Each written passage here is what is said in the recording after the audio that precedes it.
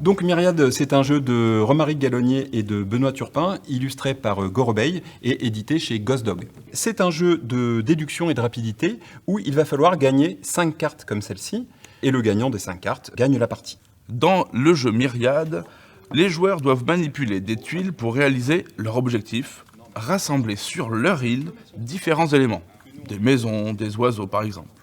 Ce qui est intéressant, c'est que chaque tuile propose plusieurs choix selon son orientation, sur chaque coin des tuiles. C'est donc un jeu de manipulation, il faudra retourner les tuiles. Et cela exercera également la mémoire pour se rappeler de la place de chaque élément. La concentration est également importante. Côté pratique, le jeu peut être joué en solo ou en équipe. L'organisation en classe peut donc varier.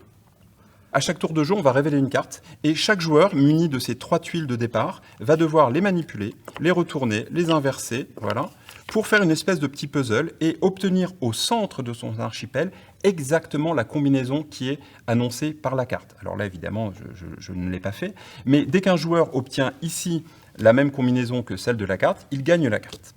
Et on continue ainsi la partie en présentant une autre carte. Je vous rappelle que c'est un jeu compétitif, tous les joueurs jouent en même temps avec le même objectif.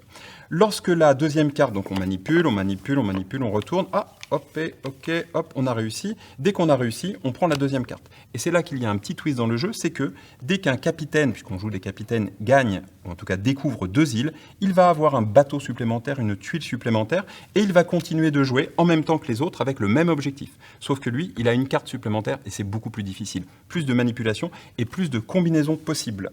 Et lorsqu'un joueur a gagné 4 cartes, eh bien il va prendre la 5e tuile pour essayer de résoudre la 5e carte, voilà. Et s'il arrive à résoudre cette combinaison-là, avant les autres en tout cas, il devient la nouvelle reine des Myriades. Et voilà, vous savez jouer à Myriade.